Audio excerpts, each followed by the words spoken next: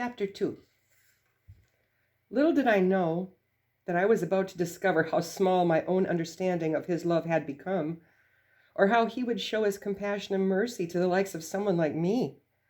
Keep watching, for this is not all I have for you. Then the Lord turned his hand toward me.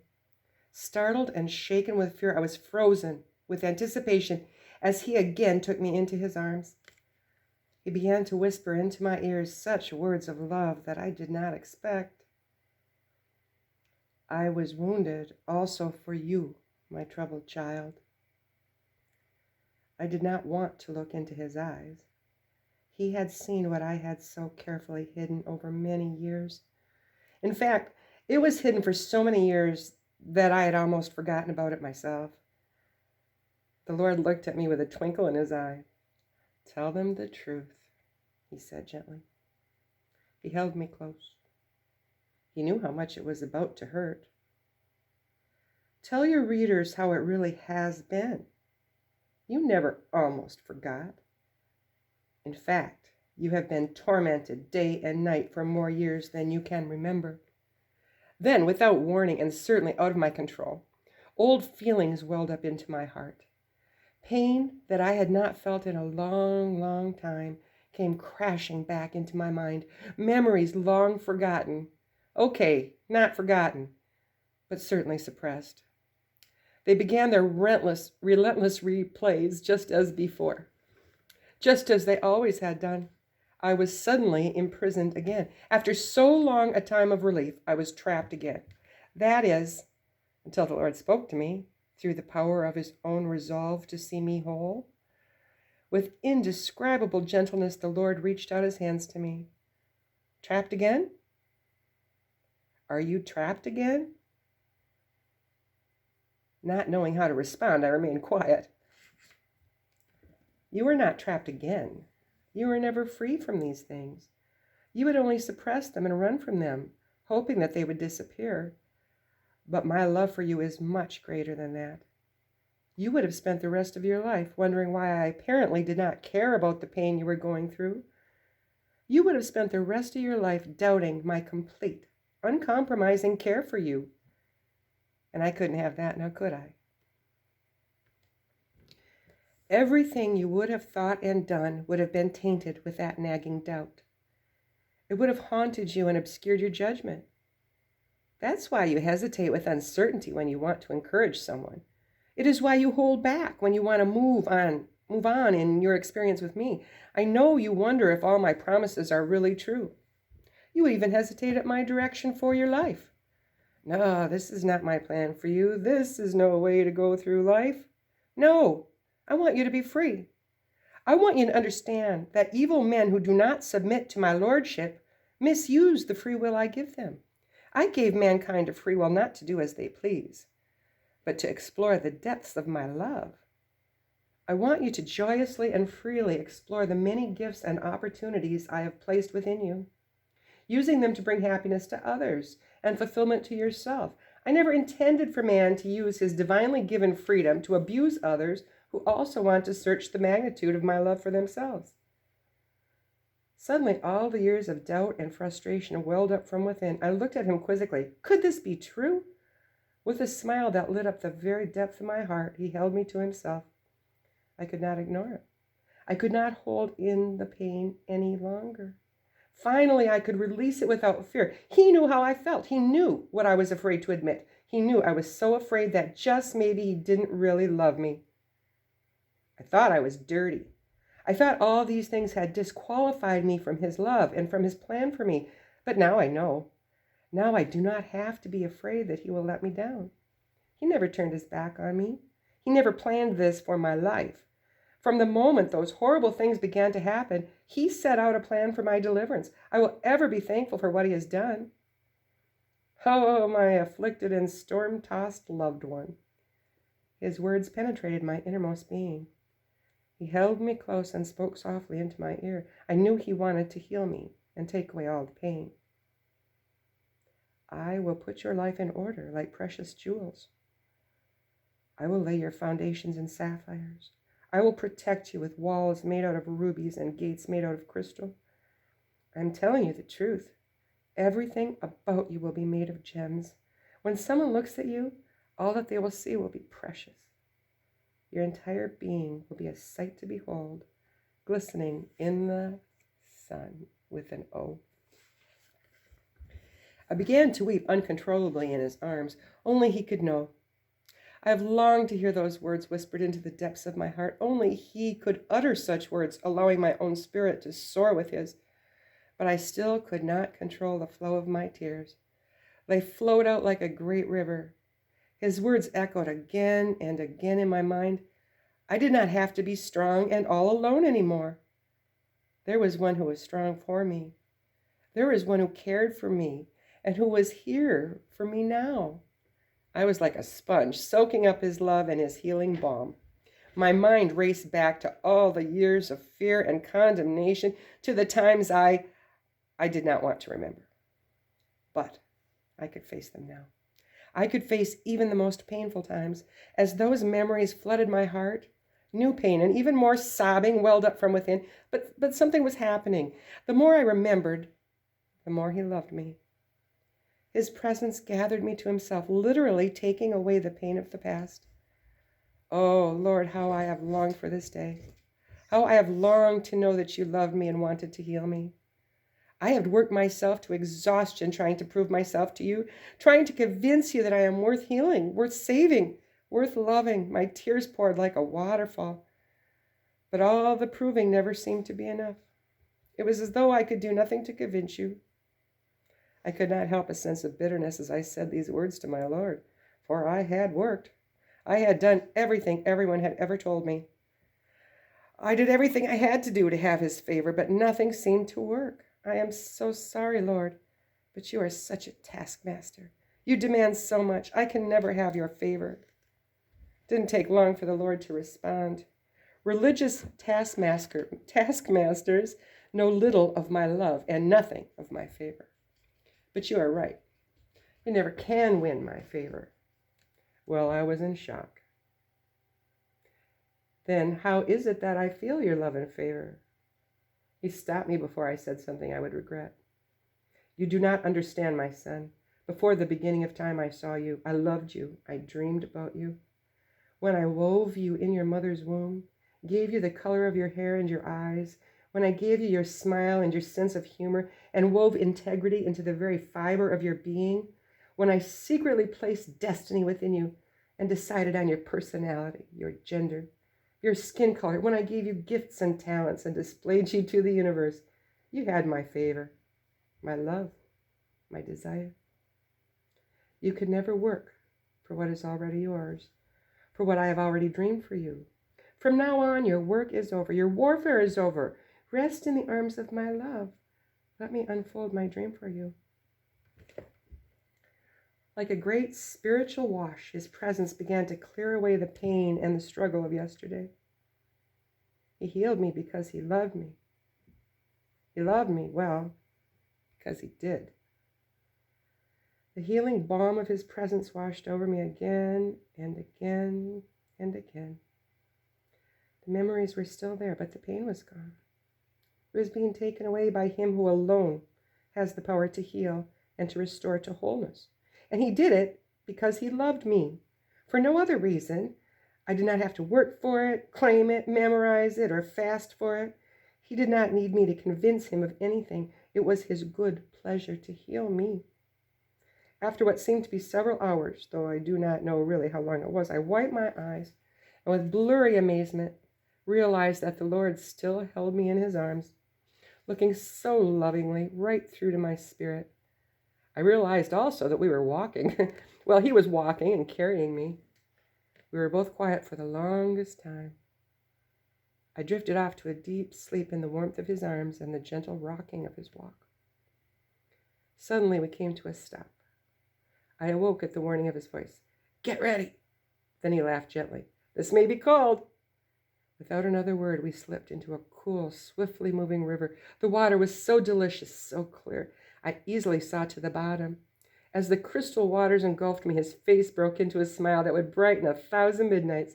Are you ready? He asked, as though something was about to happen. Before I could say anything, And while he was still holding me tightly, we plunged underwater, and he twirled me around and around. Bubbles surged and broke all around us. The swirling was making the water form rivulets over his face as he watched me with an eye of grand anticipation. The water was washing away every vestige of my tears, and with them went all the uncertainty and doubt of his love for me. Ah, I never thought I could ever feel this way again as I rested totally in his arms without ever a fear that he would let me go. It was incredible, unbelievable. So this is what it means to be free? I tried to shout to him over the sound of the water, but he didn't respond. He only closed his eyes and continued to swirl me in the waters. My, his yoke is easy. His burden is light, I thought to myself. You know, if I hadn't been for the breathing thing, I could have stayed under the river all day with my Lord, but it ended way too soon. As quickly as we plunged into the depths of the river, we came to the surface once again. I could not tell if it was the water from the river or tears coming down his face. The ecstasy of the moment had brought a fresh deluge down my own face. But it was not fear or sorrow or pain this time. It was joy, the joy of the Lord deep, deep in my heart. I did not understand how or why, but I knew that he was for me. I knew I could believe him. I knew that from now on the battle was not mine. The pain was not mine. The torment was not mine. I was free to be all that God had dreamed for me to be. And more than that, I was free to love him the way my soul yearned to love him. Now destiny took on a whole new meaning. I knew where I wanted to be, where I wanted to live, and whom I wanted to follow. Destiny no longer had anything to do with what I did, but where I lived and whom I loved. I would do anything for him.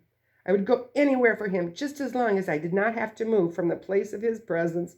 Destiny would never again be a matter of career or professional training. My destiny would be to live in the yes of God. Gently, he brought me to the side of the river, where he laid me against a huge tree that seemed to wrap itself around me, reassuring me of his love. Its roots dove hungrily deep into the ground as though it knew the richness and power of the river that swirled beside it.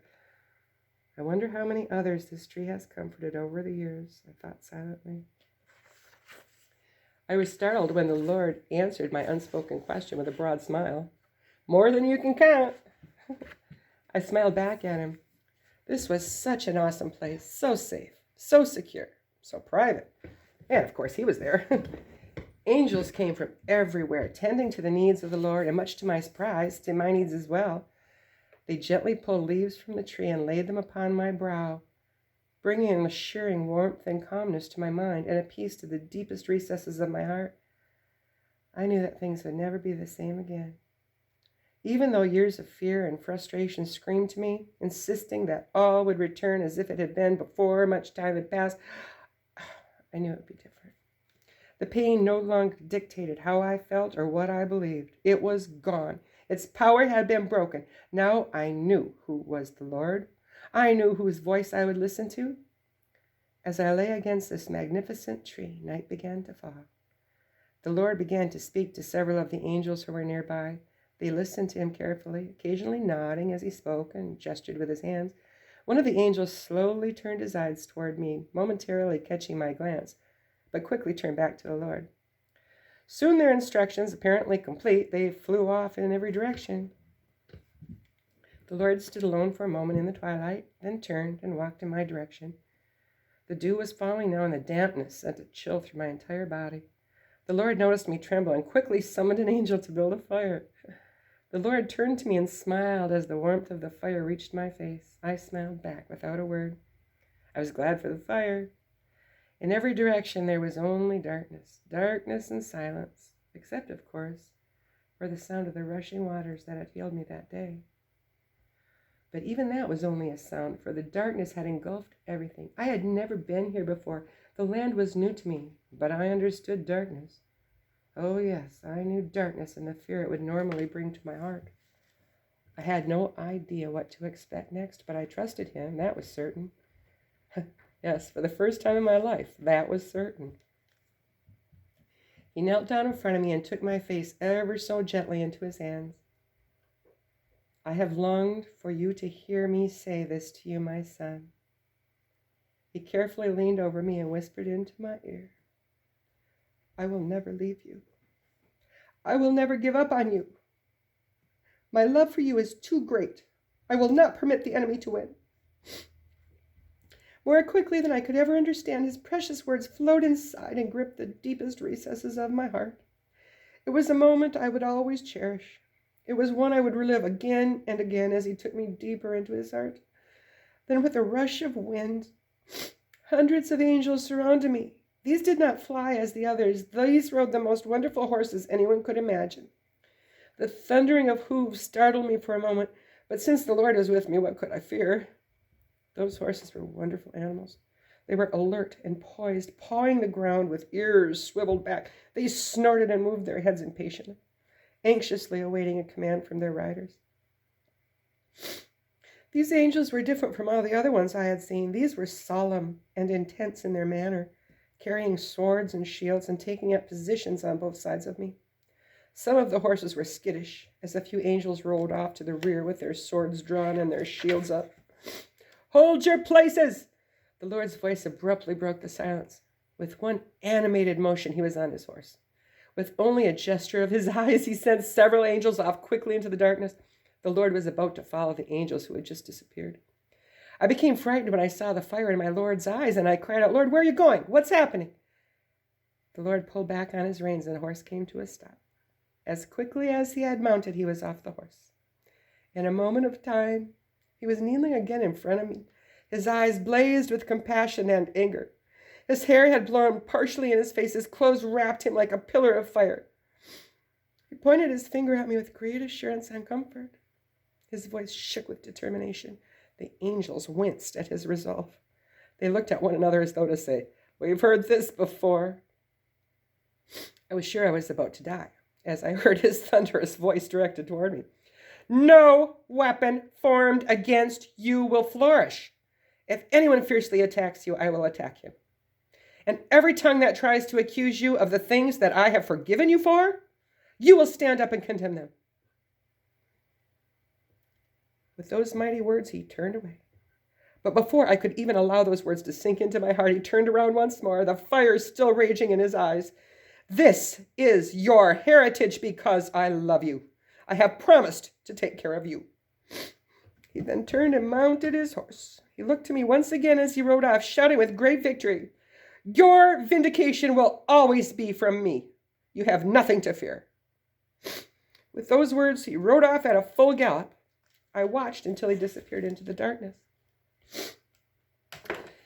Dozens of angels seemed to follow him into the darkness. Should I get up? Is there something to be afraid of? I wondered to myself. I jumped to my feet as if there would have been something I could do to defend myself. I looked around the clearing, certain that something was about to come lunging out of the darkness. My imagination was in full gear when an angel standing by the fire noticed that I had stood. In less than a moment, he was at my side with a reassuring look of confidence. "There is nothing to be afraid of," he began. "But the Lord rode off in such a hurry. It was as though he was going into battle." "Precisely why you have nothing to be afraid of." A wonderful calm poured over me as the angel spoke. "Of course, that is exactly why I have nothing to fear." The angel walked me back to the tree. I sat with new confidence. An angel stood on either side of the tree, guarding me. I looked up to one of them, who spoke before I could. "We will be with you throughout the night." It was quiet again, but I was far from alone. Not only was I guarded on either side by angels, but everywhere I looked, angels kept watch over me. I knew I was safe. I knew that whatever was out there that made the Lord ride off so quickly would not be able to come near me. With that thought lingering in my mind, I fell into a deep sleep.